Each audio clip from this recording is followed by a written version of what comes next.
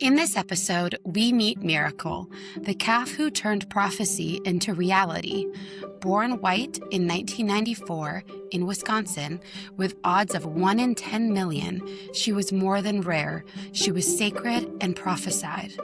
Within days, spiritual leaders were making pilgrimages. One animal became a living bridge between ancient belief and modern science, and her impact on buffalo conservation continues to this day. This is Creature Meets Culture. You said calf, and I was thinking cow, and I was like, they are white, though. And I was like, maybe I'm missing something here. I was. It's a buffalo. Hello, everybody. I'm Debbie. And I'm Savanna. Welcome to Creature Meets Culture. We're your hosts. This is a new podcast. We're so happy you're here. Okay, so today I was inspired by Cassie and Danielle from National Park After Dark. I'm not going to speak for you, but I probably could speak for you, but I'm not going to. I'm going to just speak for myself. National Park After Dark, I would say, is my favorite podcast. Is it your favorite podcast? Absolutely. Yeah. By like a very large margin. I feel like I know them personally. Yes. Like I'm sad for them and happy for them when like things happen in their lives. Cassie's wedding posts on her Instagram. Oh my gosh, her dress was gorgeous. It was the prettiest thing I've ever seen. Also, like, she looks like she just lives in like a magical forest area. I feel like she does. Okay, anyways, our good friends, Cassie and Danielle. Yeah, I have friends over at National Park After Dark. You know. Hello. I'm sure you're listening to us. They inspired me because, like I just said, we just started this podcast. It's a new thing. And when I was picking the first stories that we were going to cover, I wasn't looking too far into like the meaning or impact of them. And at National Park After Dark, they are recognizing Indigenous Peoples Month, and all of their stories cover different Indigenous peoples like history, or just go over there and listen. It's amazing. And it made me reflect on the first 3 episodes that we just released today when we're recording this. And 2 of the 3 stories have to do with Indigenous peoples, but it's from the European settlers' perspective. And so I thought that I would course correct. And today we're talking about a story that is central. I'm going to try my hand at this pronunciation. The story that is central to the Oceti Nation. For the rest of the podcast, I'm going to refer to them as the Lakota Nation, though. There's a lot of amazing firsthand accounts that if you are interested in this story, I really recommend going and checking those out. Namely, White Buffalo Teachings by Chief Arvol Looking Horse, and Lame Deer Seeker of Visions by John Fire Lame Deer and Richard Erdos. There's a couple other ones that will be in the show notes as well, but those are some of the most comprehensive ones, and we'll be talking more about Fire Lame Deer later in this story. We are learning, as you might have been able to tell from the intro, we're learning about bison. We're learning about history, as we do, and we're also going to a farm in Wisconsin in 1994. But before all of that, I would like to share with you a prophecy, and this is the prophecy of the White Buffalo Calf Woman. Some accounts say 2,000 years, a sacred woman appeared to the Lakota people during a time of famine. According to oral tradition passed down through generations, she was called Tesanwin, the White Buffalo Calf Woman. The story, as told by Lakota spiritual leaders, including Chief Arvol Looking Horse, and recorded in multiple scholarly sources, describes how 2 young hunters first saw her walking across the prairie. She wore white buckskin and carried something wrapped in buffalo hide. When she arrived at the Lakota camp, she brought gifts that would become the foundation of Lakota spiritual life: the sacred pipe, 7 sacred ceremonies, and teachings about living in balance with all of creation.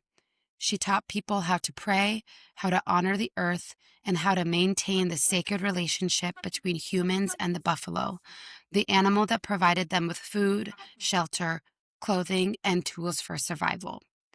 According to this prophecy, before she left, she told the people that she would return. And as the white buffalo calf woman walked away from the camp, she rolled over a total of 4 times. With each roll, she changed color, first to black, then to red, then to yellow, and finally to white. Then she transformed into a white buffalo calf and disappeared over the hill. Her prophecy stated that her return would be signaled by the birth of a white buffalo calf. This birth would mark a time of great change, a time when all people would need to unite to heal the earth. It would be both a blessing and a warning, a sacred gift, but also a call to action during a time of environmental and spiritual crisis. For Lakota people and many other Native American nations, the white buffalo is not just rare, it is sacred. The birth of a white buffalo calf is an event of profound spiritual significance, comparable in weight to major events in other religious traditions. And that's our prophecy. My goodness. So my question for you is, did you know that bison and buffalo were the same? That was gonna be my question. I was going to ask you that question because I was thinking they were the same, and then I was like, I might not know what I'm talking about. Maybe they're not the same thing at all. You do know what you're talking about because they are the same. And I did not know that. When I was talking to Max about it, he was like, "Are you sure?" And I looked it up like 3 times. But yeah, they're the same. American bison, the actual term is bison. Isn't that Is fun? that like the plural? Mhm. No, no, no. It's like the classification. Bison. Hmm. Bison. I feel like we could Com- have done better than that. I think we could, but Or I will also, maybe that is or the best we could do, and that bison. is because I kinda like it. I like it. It also kind of sounds like a hip restaurant, doesn't it? Like I'm going to Bison tonight. Like one that serves bison burgers. Yeah. I did eat a bison burger one time You did? before before I was vegetarian, clearly.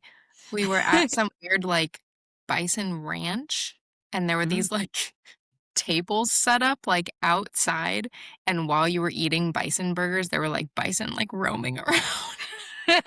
That's Like, too much for me. That's too much. well, Like I am all for recognize like being aware that you are eating an animal. I'm all for that. But that's a lot. That's a little too close to home. I wanna say I was, like, 8 to 10. Oh my gosh, that's a I wonder if lot. Haley remembers that. Was it good? Uh, I I don't know.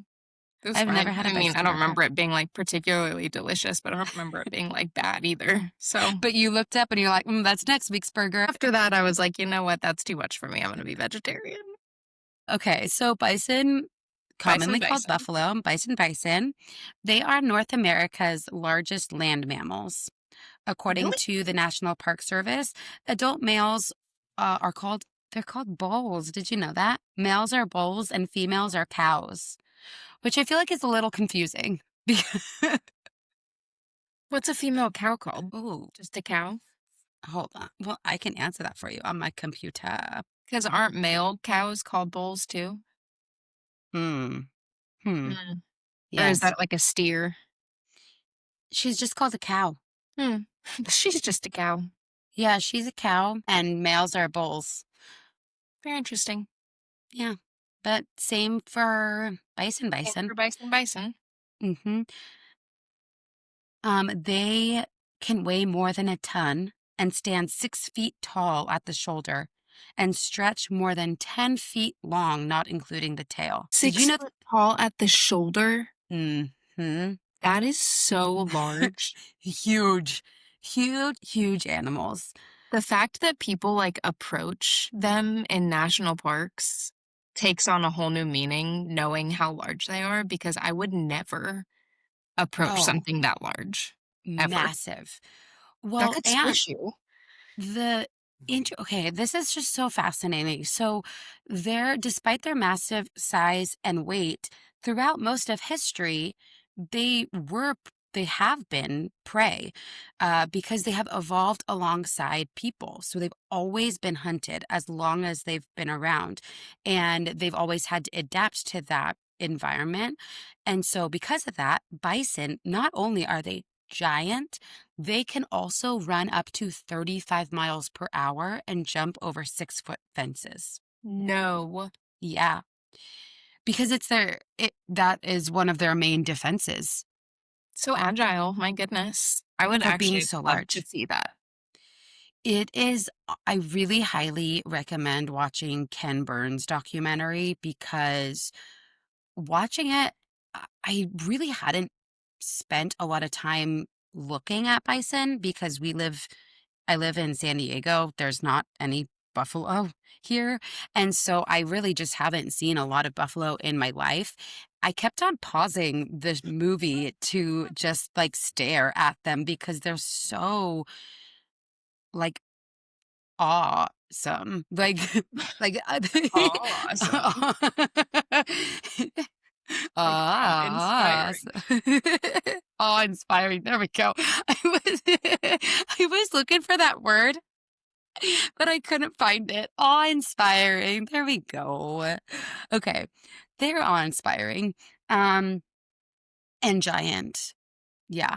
Um, Bison have several distinctive physical features: a massive head with curved horns, a pronounced shoulder hump composed of muscle supported by long vertebrae, and a thick coat of dark brown fur that molts in spring.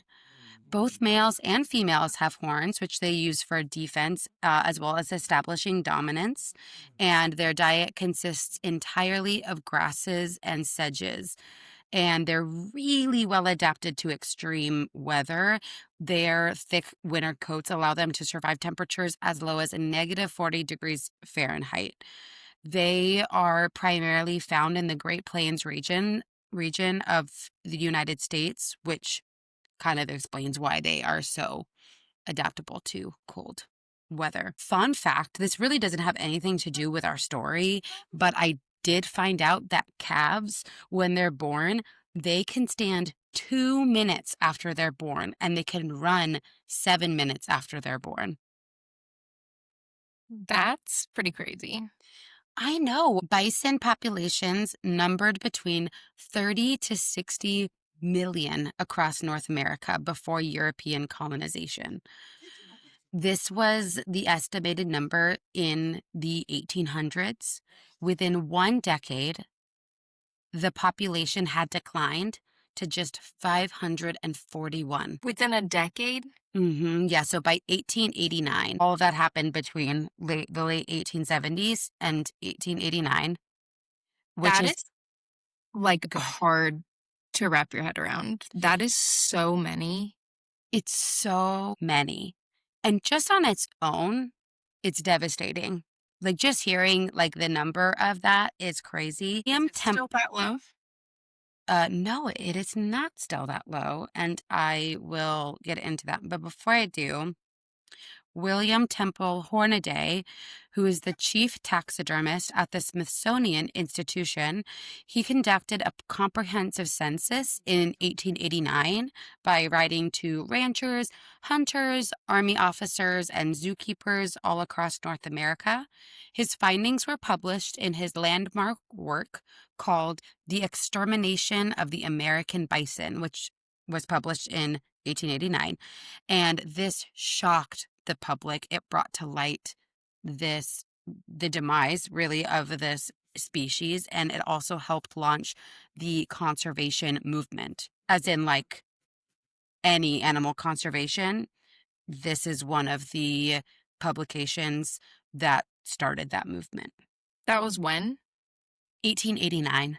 I'm kinda surprised that people cared back then. It is really wrapped up in a lot of different things. So to kind of get into that, the rapid near extinction of the bison, it is largely considered, and understandably so, to be very systematic. And the main causes, one was commercial hide hunting, two, the railroad expansion actually that bisected herds. So during this time in the 1880s was the time of the American Railroad, and they were building a path all across the United States. But going through the Great Plains, 60 million bison, there's no way that you're not going to have to build a lot of things right in their path. So a lot of bison were getting hit by trains, Oh, that's and very devastating. So there was eradications of groups of bison for that purpose as well. Indigenous people called the railroad the Iron Horse, which I just feel like is kind of interesting. kind of like it. Yeah, me too. The third reason, and the most prominent reason, is deliberate U.S. government policy to force Plains Native nations onto reservations by destroying their food source. Understanding that bison was essential to the Native economy, Secretary of the Interior Columbus Delano stated in 1873, "The civilization of the Indian is impossible while the buffalo remains among the plains." In just a couple years later, General Philip Sherman appeared before the Texas legislature and urged them to reject a bill that would have protected buffalo, arguing that buffalo hunters were destroying the Indians' commissary and that it should be encouraged. Big thumbs down. Yeah. Thumbs.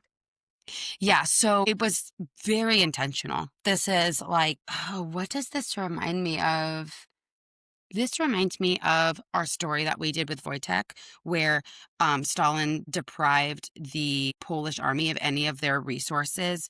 It's the same type of thing. It's like manipulation by starving people of things that they held precious, and it's on their land that they have lived on for thousands and thousands and thousands of years. It was a very successful uh, near extinction of a species, and a very deliberate one at that.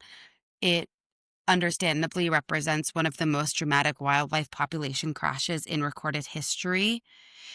Legislation started to protect bison and conservation efforts, and the bison started to come back in the 1890s. But that is for another episode. So, to answer your question, what we need to know for today's episode is that while they were once nearly extinct, today there are nearly 500,000 bison alive, which is very different than 500. Nowhere close to 5 million though. Not close to 5 million, and in no way are they completely brought back from the brink of danger. The American bison is currently classified as near threatened. Uh, Only about 30,000 of these are in conservation herds in natural habitat. The remaining 470,000 are in commercial production for meat. What? Yeah, it really does kind of make. Over with. Yeah, it's where you ate your bison burger, Savannah. Ugh. I'm a part of the You are problem. the problem, okay? Just kidding. You're a vegetarian. You're not the problem. You're okay. Forgive younger me. According to earlier DNA testing methods, anywhere from 15 to 25,000 bison were thought to be genetically pure, meaning there were no other species in their DNA. However, more recent genome-wide studies published in 2020 found that even conservation herds previously considered pure contain trace amounts of cattle genes, though at very, very low levels. They do still have cattle genes in them. And so this means that truly genetically pure bison population may be even smaller than previously believed, or very possibly may not exist at all. So that's kind of where we're at currently with the bison population. And current conservation efforts focus on restoring bison to their ecological role as as keystone species in prairie ecosystems. The primary threats to bison conservation today include habitat loss and fragmentation because less than 1% of original prairie habitat remains, which That's what I was gonna ask because, like, is there even room to, like, restore them to what they used to be? Because there's obviously, like, so many people around now and, like, cities and stuff. there's no way to get back to what it was. I mean, there's no world in which we live in that 60 million bison could live in the United States today, but it does make an interesting case for, if I can use a term of like creative conservation, if you will, of like how can we find a solution that can restore the prairie ecosystem, because it's not just bison. Bison just play a really big role in it while still understandably expanding our communities. Bison. Okay, I would like to segue a little bit into the role that bison play, or the relationship that bison have with indigenous people in the Plains nations. So, because they're primarily found in the grasslands of the Great Plains, which, do you know what states are included in the Great Plains? Wyoming, Yeah, wait, yes, wait, yes. Montana, Uh huh. Girl, you go. Idaho? No. Nebraska, Mm hmm. Yep. South Dakota, North Dakota? Yes. Oh my gosh, you All of them? do know the Great Plains. No. Um, Kansas, Oklahoma, Texas, Colorado, New Mexico. Oh, But I you never have would have thought Colorado and New Mexico. same. I wouldn't have, well, I guess I should have guessed Texas. I Yeah. wouldn't have guessed a lot of these, to be really honest with you. You knew a lot more than I did. It's because I have cousins that live in Wyoming, and I always just Uh, imagine them, like, I don't know, like, with out the in the Great bison, Plains and, like, not in a city. with the buffalo. Okay, so bison create in this area, they create habitat diversity through wallowing, which is the In the technical mud? term. Yeah, so they roll around in dirt depressions and it like wakes the earth back up. Um, Oh, yes, it's beautiful. actually a really important part of the ecosystem. They also do selective grazing and nutrient distribution. Their grazing patterns promote plant diversity, support ground nesting birds, and maintain healthy grassland ecosystems. Bison are considered to be ecosystem engineers. Their presence fundamentally shapes the landscape and creates conditions that benefit countless other species. So it makes it even more sad that it's kind of at the state that it is. It's a reminder that the earth takes care of itself Like, without there are creatures people. here that are, like, doing really everything that, like, needs to be done, and we're here messing it up. Yeah. It's it is true. So, ultimately, you cannot tell the story of the bison without also telling the story of indigenous people. For over 10,000 years, bison evolved alongside indigenous people who relied on them for shelter and food. In exchange for killing them, they deeply respected the bison. I have a quote from a very respected spiritual leader who I mentioned earlier, John Fire Lame Deer. He lived from 1903 to 1976, and he is the author of the text Lame Deer Seeker of Visions, which was published in 1972. So it's a little bit of a long quote, but it's all really important and good. So he writes, "We Sioux have a close relationship to the buffalo. He is our brother. We have many legends of buffalo changing themselves into men, and the Indians are built like buffalo too, big shoulders, narrow hips. According to our belief, the buffalo woman who brought us the peace pipe, which is at the center of our religion, was a beautiful maiden. And after she had taught our tribes how to worship with the pipe, she changed herself into a white buffalo calf. So the buffalo is very sacred to us. You cannot understand about nature, about the feeling we have toward it, unless you understand how close we were to the buffalo. That animal was almost like a part of ourselves, a part of our souls." Well, that makes it even worse that people just came along and killed them all. Intentionally, like knowing the role. I think what makes it really bad is that they knew this. They knew Yeah. that this was true. They knew that this was such an integral part of their lives. and that is why they killed them.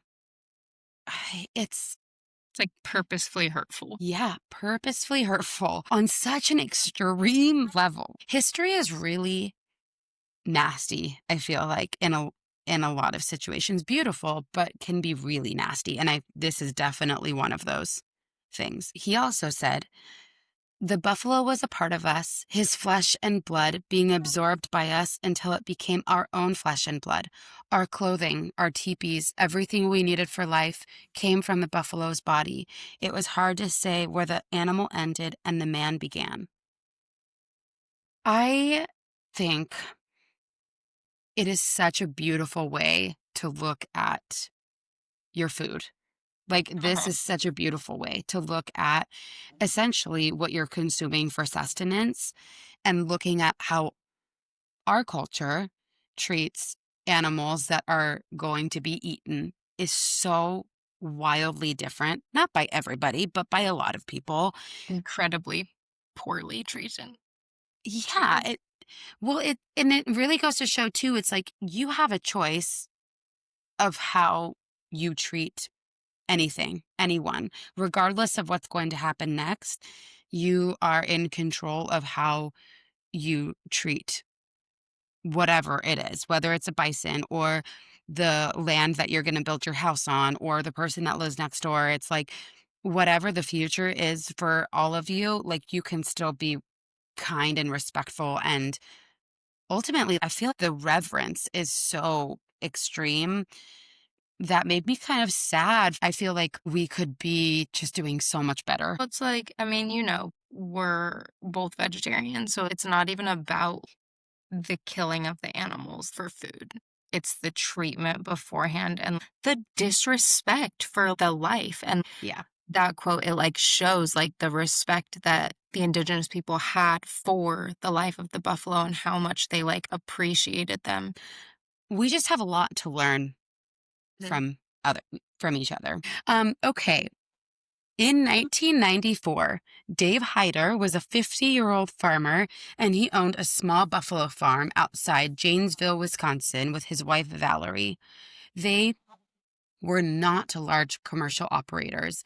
They had a very modest herd of about, honestly, some sources were different, but the most reliable source I could find said 60 bison, but they were like family farmers and they raised them alongside crops on their rural property.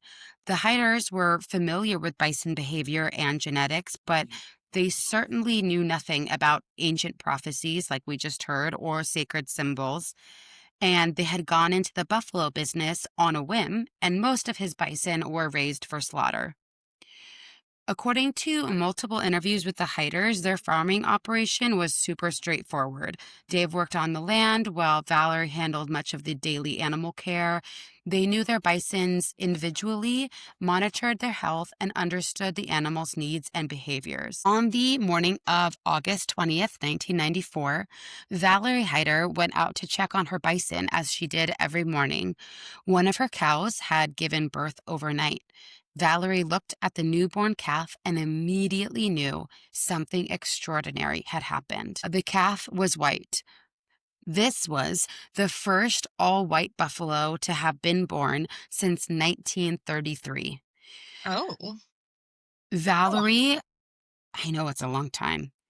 Valerie called her husband, and both were looking at this calf like, oh my goodness, this is absolutely wild. And Valerie said, she's our little miracle. oh. And that's how she got her name, which What was is her name? Miracle. Oh, okay. I no, no, no. I was trying to do a big reveal, you know, our little miracle, and she named her Miracle. Within days, word began to spread. The Hiders called a few friends, those friends called friends, local newspapers picked up the story, and then something remarkable happened. Native American spiritual leaders began arriving at the farm. Not having an indigenous person in their close circle, Dave and Val had no idea of predicting what would follow. Arvol Looking Horse, 19th generation keeper of the sacred white buffalo calf pipe and one of the most respected spiritual leaders in the Lakota Nation, came to see Miracle.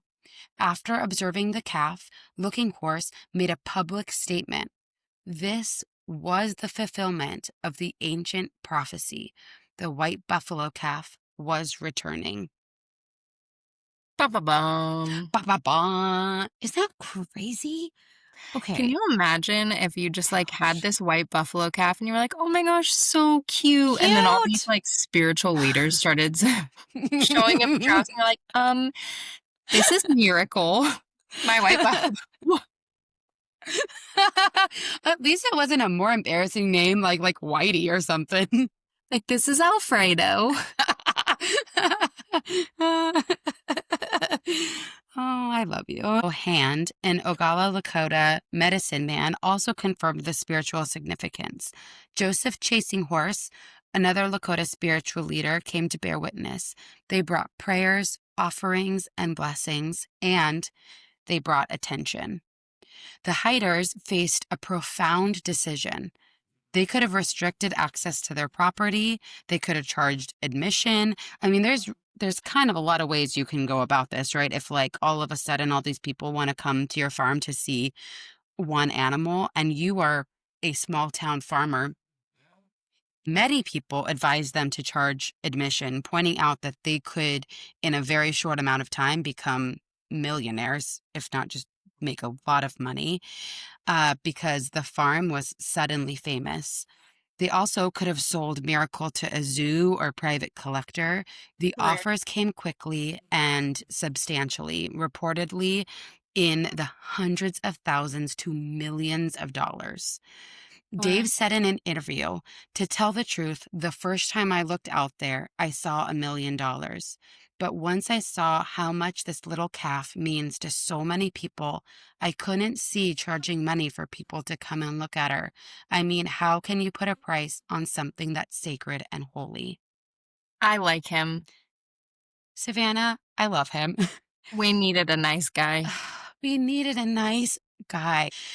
Dave and Valerie decided to open their farm to visitors completely free of charge. Not once did they charge an admission fee.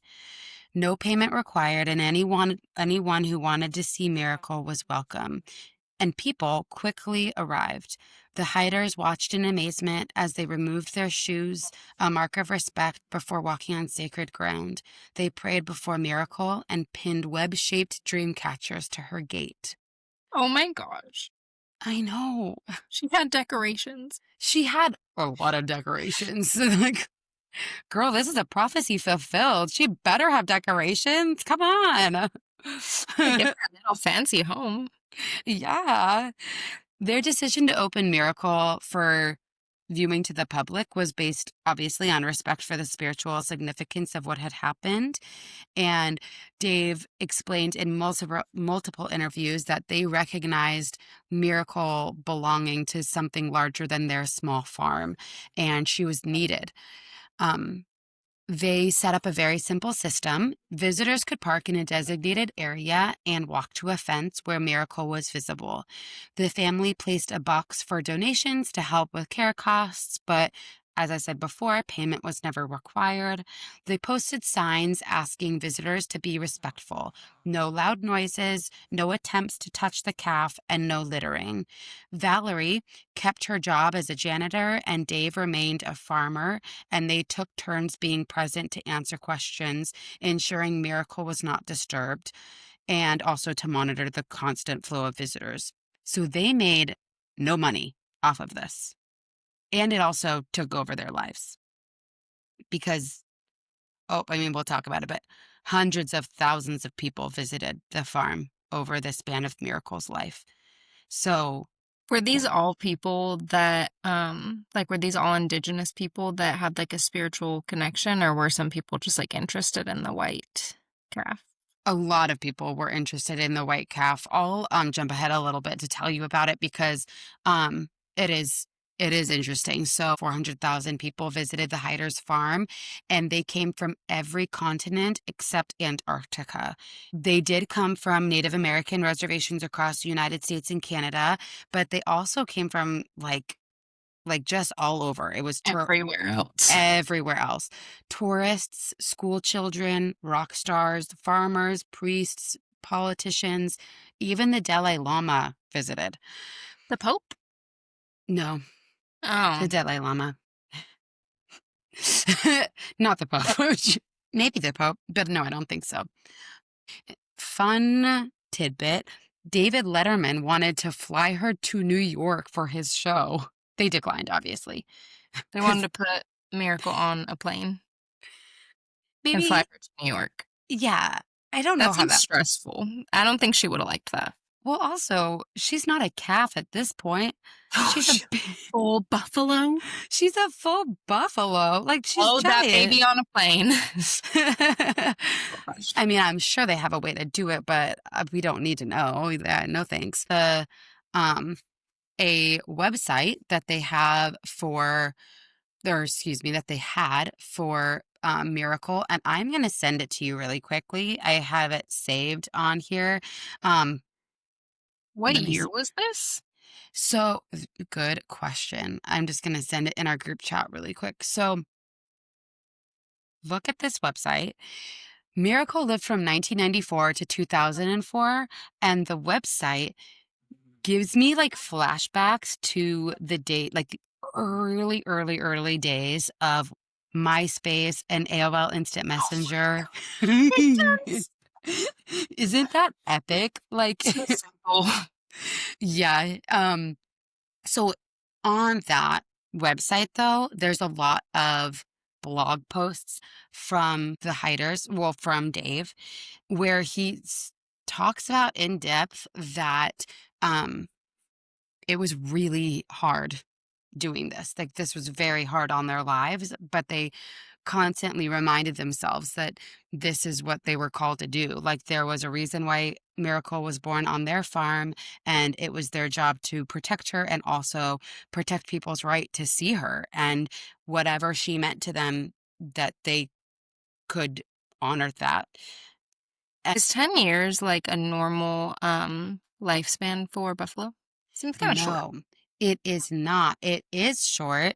But before I go into that, I'm gonna go back to my order of the story because I want to make sure that I'm not missing anything. No, no, no, that's okay. I have an answer for you Continue. for that. But before we get there was another part of the prophecy that was fulfilled. And that is that Miracle began to change colors. So remember, the prophecy stated that the white buffalo calf woman rolled over 4 different times, turning black, red, yellow, and then finally white. Miracle was born white, and by for her first winter, she had darkened considerably. By spring of 1995, she was primarily black, and later, reddish brown tones appeared, and then she turned yellow. I know. Like yellow, yellow? Like how yellow are we talking here? Yellowish patches developed. So not like completely yellow, but like she had patches of yellow that were But clearly I mean, yellow. still though, I like know. it's pretty interesting. It is very interesting, and the color progression is not typical bison development. I mean, obviously, none of this has been typical bison development, but normal bison calves are born reddish orange and then darken to a uniform brown. Bison don't typically cycle through multiple distinct color phases. And for many Native American observers, this confirmed beyond doubt that she was the prophesied calf.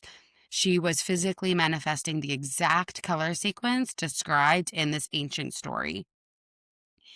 And because I noted on this before, scientists and geneticists offered explanations related to leucism, and had like some type of like explanation for this.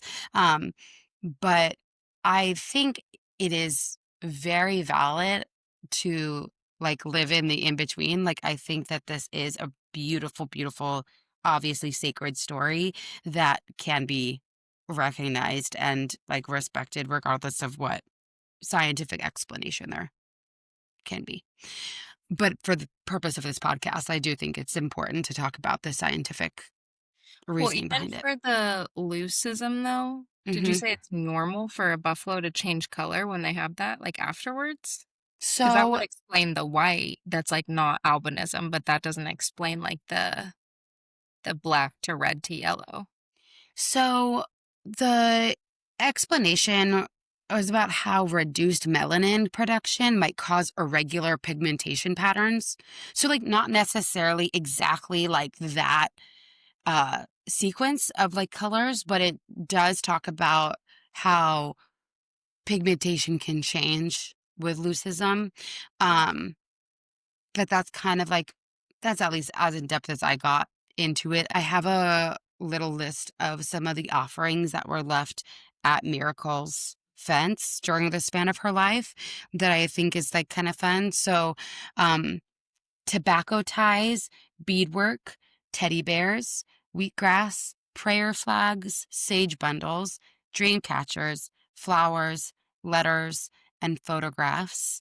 And it became a de facto shrine that was decorated with symbols like healing and reverence. Um, and the hiders collected and like maintained all of this. Like they made sure it was like respectfully displayed and Mhm. everything.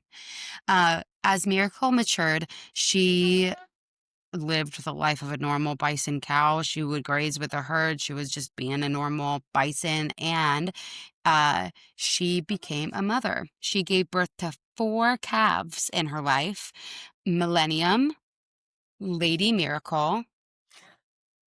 Uh, I'm not gonna say this name correctly. Um, Mitakuye Oyashin, which means all my relations in Lakota, and a fourth calf. None of her calves were born white. They were all like normal, typical bison color. Um, but the births were celebrated. And in 2004, on September 19th, Miracle died. A necropsy, how do you pronounce that? A necropsy? A necropsy? A necropsy? I don't know what that is.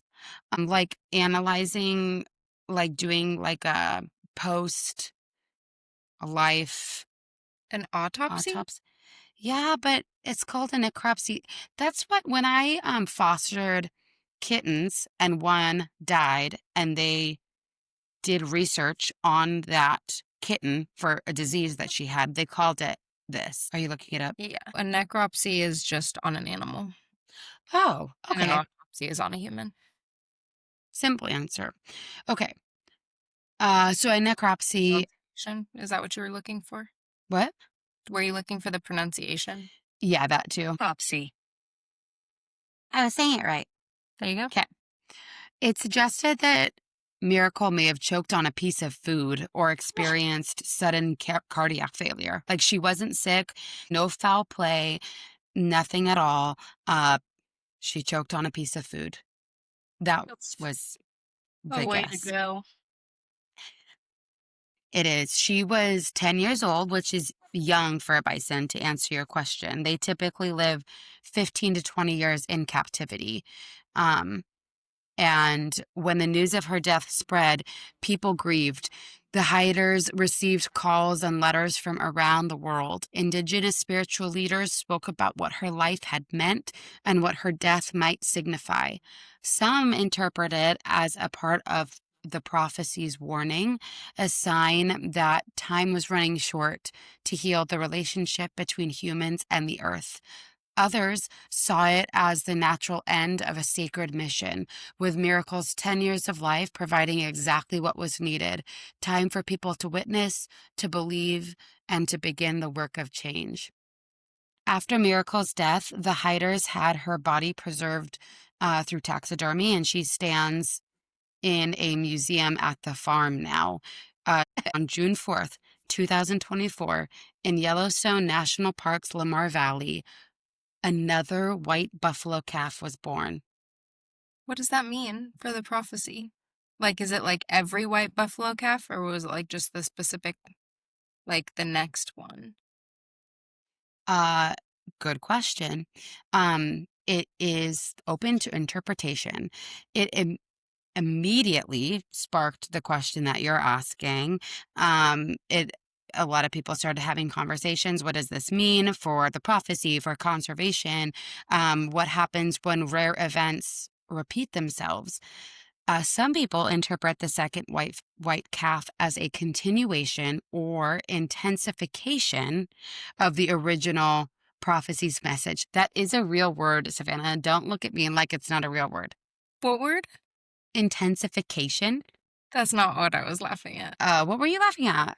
I was laughing because it probably is an intensification because the world is, like, dying, and I in That was my exact thought. 2004, the buffalo lady, I'm so sorry, Buffalo woman. was It's like, okay.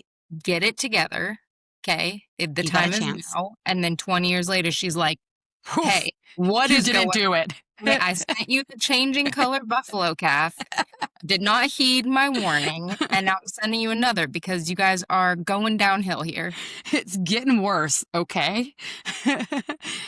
Yeah, I would have to agree with you. I'm like, yes, we need a lot of white buffalo calf up in here, okay? We need to pull it Definitely an together. intensification. Yeah, it is.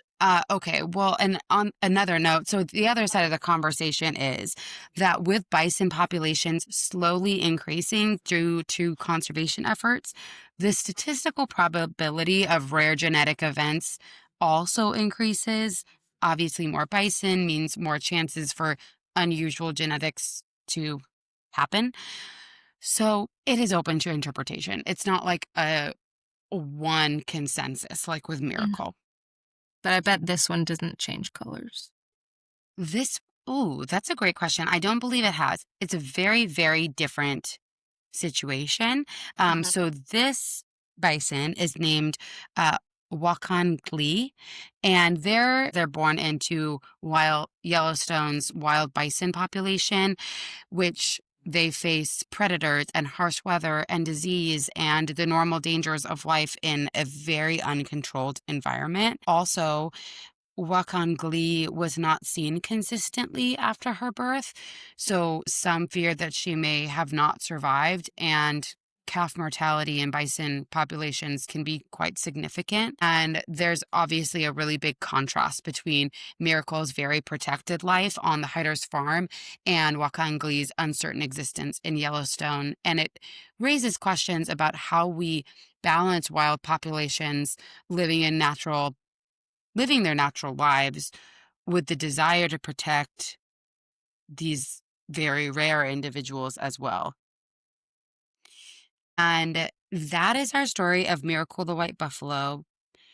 But I want to end on the prophecy again of the white buffalo woman, because I think that is the heart of the story. And her prophecy leaves us with the birth of a white buffalo calf marks a time of great change, a time when all peoples, which is represented by the four colors that she turned, would need to unite to heal the earth.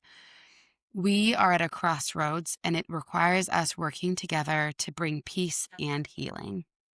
I think that's pretty accurate for what's going on.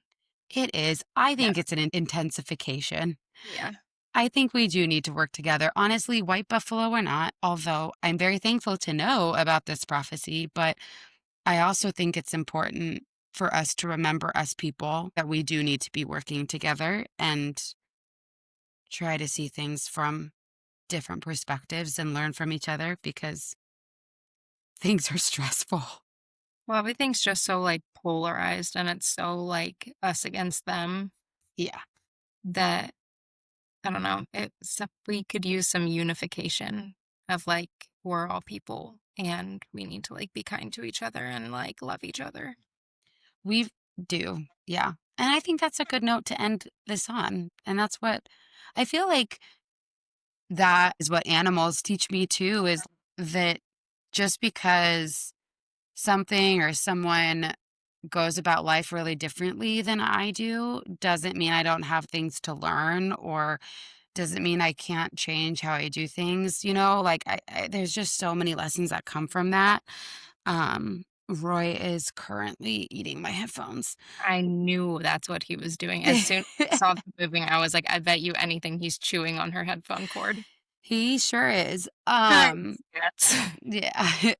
Um, yeah, so that is our story. Ooh, before I forget, I probably should have said this at the beginning, but because we're a super legit podcast, we have a Reddit, we have a Facebook, we have an Instagram. If you have a suggestion for an animal story that you want to hear, um, or feedback or anything, we would love to hear it because we want to learn about animals with you.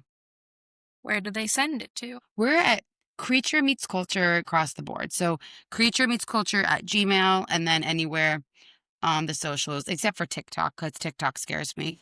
Woo. Um, Creature Meets Culture. And is there anything else I forgot to say?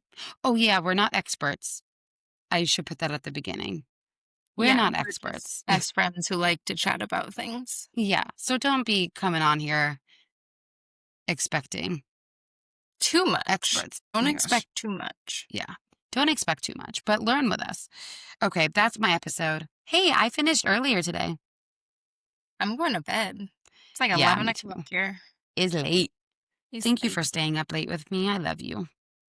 Uh, Bye, baby. Bye.